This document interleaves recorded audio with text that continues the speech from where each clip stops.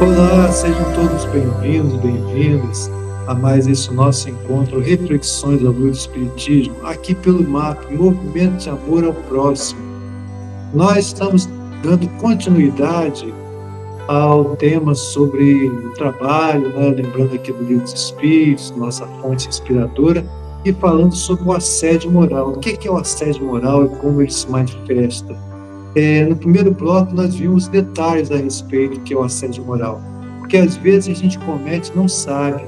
E aí, nesse contexto, a gente pode até lembrar o conceito também mais recente, né, de abuso psicológico, né, questões abusivas que muitas vezes nós reproduzimos sem ter clareza disso. E nós temos aqui mais uma vez o nosso querido amigo, companheiro do Samaritano e dando a contribuição para o MAP, Eduardo Antunes, que é advogado, né? Fez a sua defesa recente, né, Eduardo, da mestrado sobre assédio moral, né? E, Eduardo, você pode deixar também aí, depois o seu contato, seu Instagram, etc.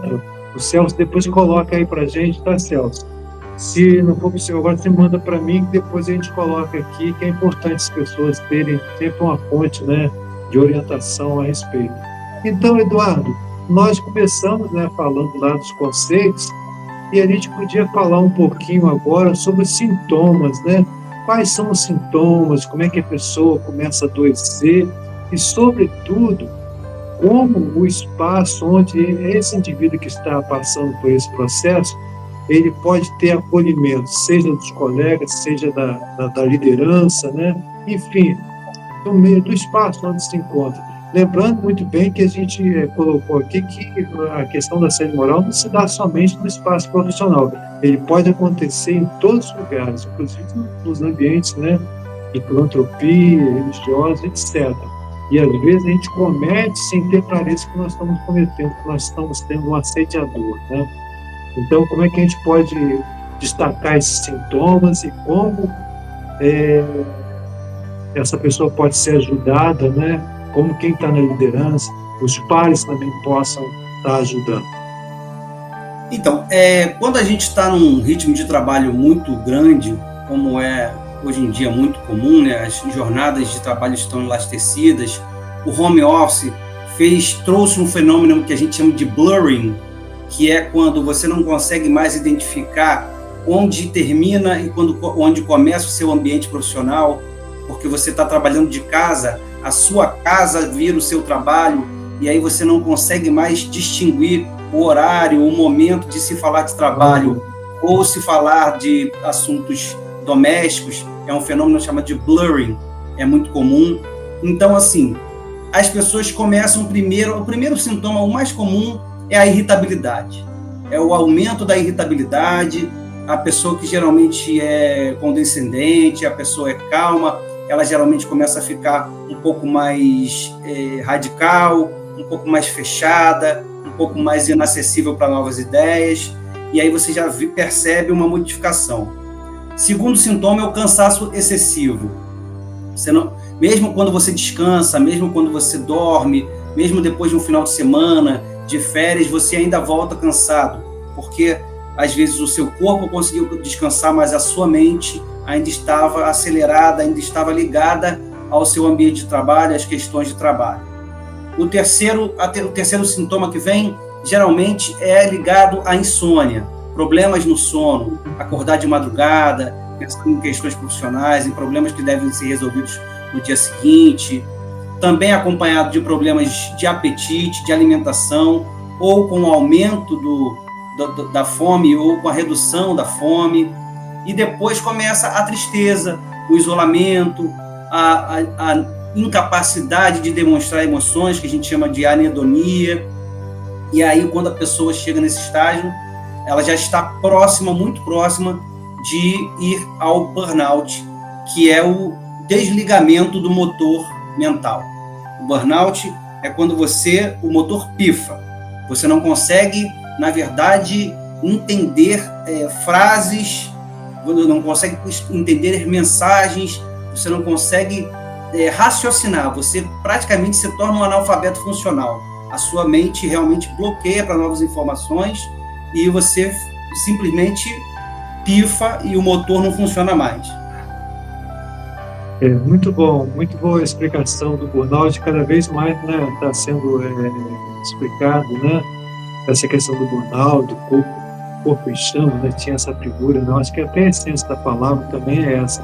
Agora, Eduardo, constatando isso, como a organização, seja de qualquer natureza, ela pode ajudar essa pessoa, né, que já está nesses sintomas, né, como os pares também podem ajudar, colaborar e até prevenir para que isso também não seja uma prática, né, abusiva da própria organização, né?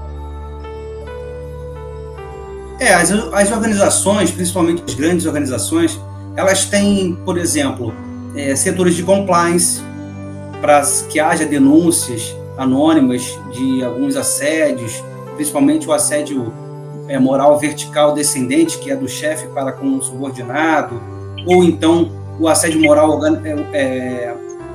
horizontal, que é dos colegas para os colegas.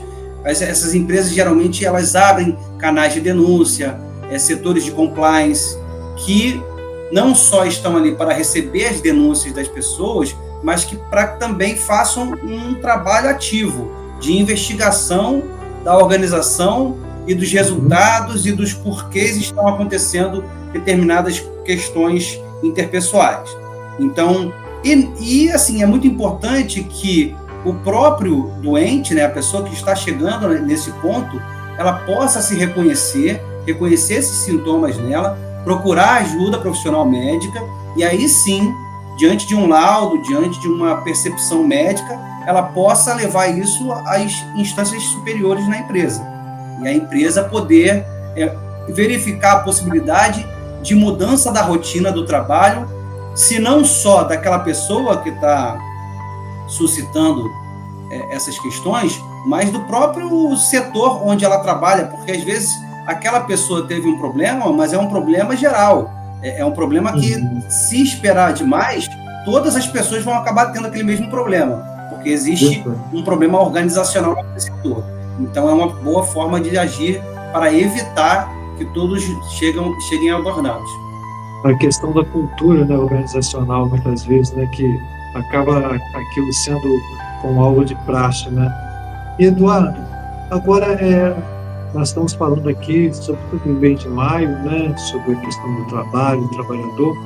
O Livro dos Espíritos traz a questão 682, falando do limite do trabalho, do repouso. Sendo uma necessidade para todo aquele que trabalha, o repouso não é também uma lei da natureza? Você falou também do primeiro bloco, né, dos rock-and-rollers, como é que expressa? Rock-and-rollers, né, que das pessoas que trabalham, rock-and-rollers, né?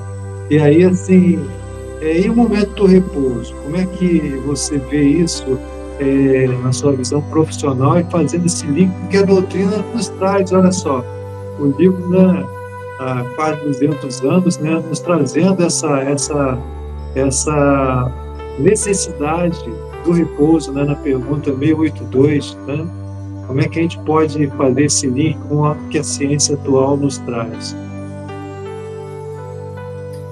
A própria CLT, né, que é a Consolidação das Leis do Trabalho, ela prevê um período de descanso para aqueles que trabalham mais de 6 horas, né, de 1 hora por dia.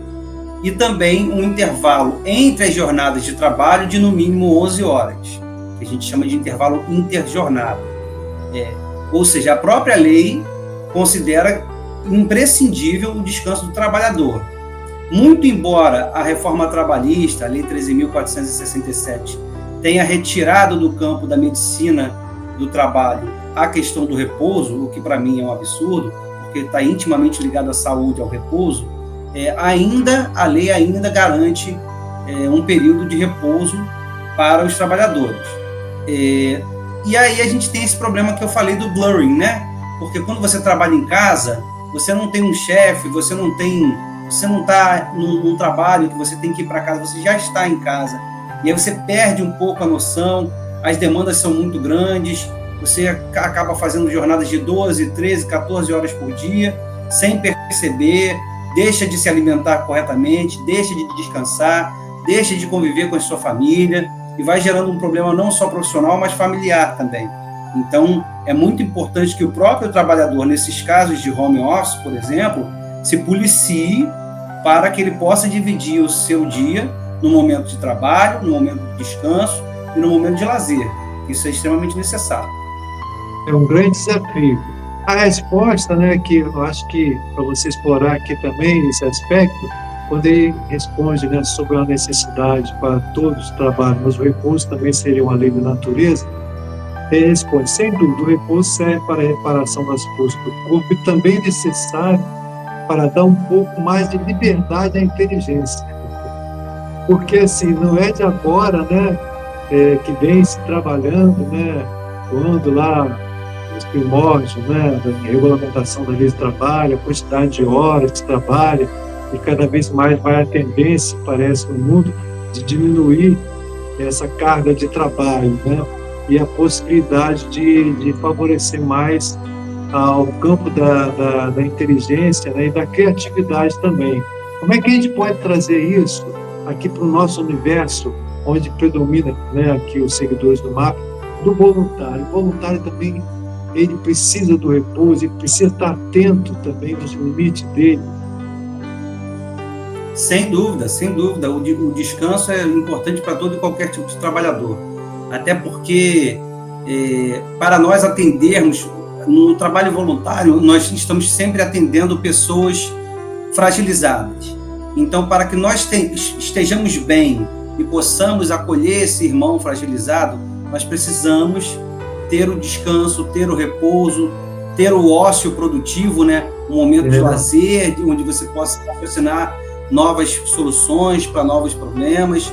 Isso é muito importante, principalmente para profissionais, para trabalhos, para prestação de serviço que envolvam atendimento ao público, porque a gente sabe que o atendimento ao público é um trabalho muito estressante, é um trabalho que exige muito do seu equilíbrio emocional, e o descanso é essencial para isso, tanto para o corpo quanto para a mente. Você tocou um ponto, a gente está fechando aqui, né?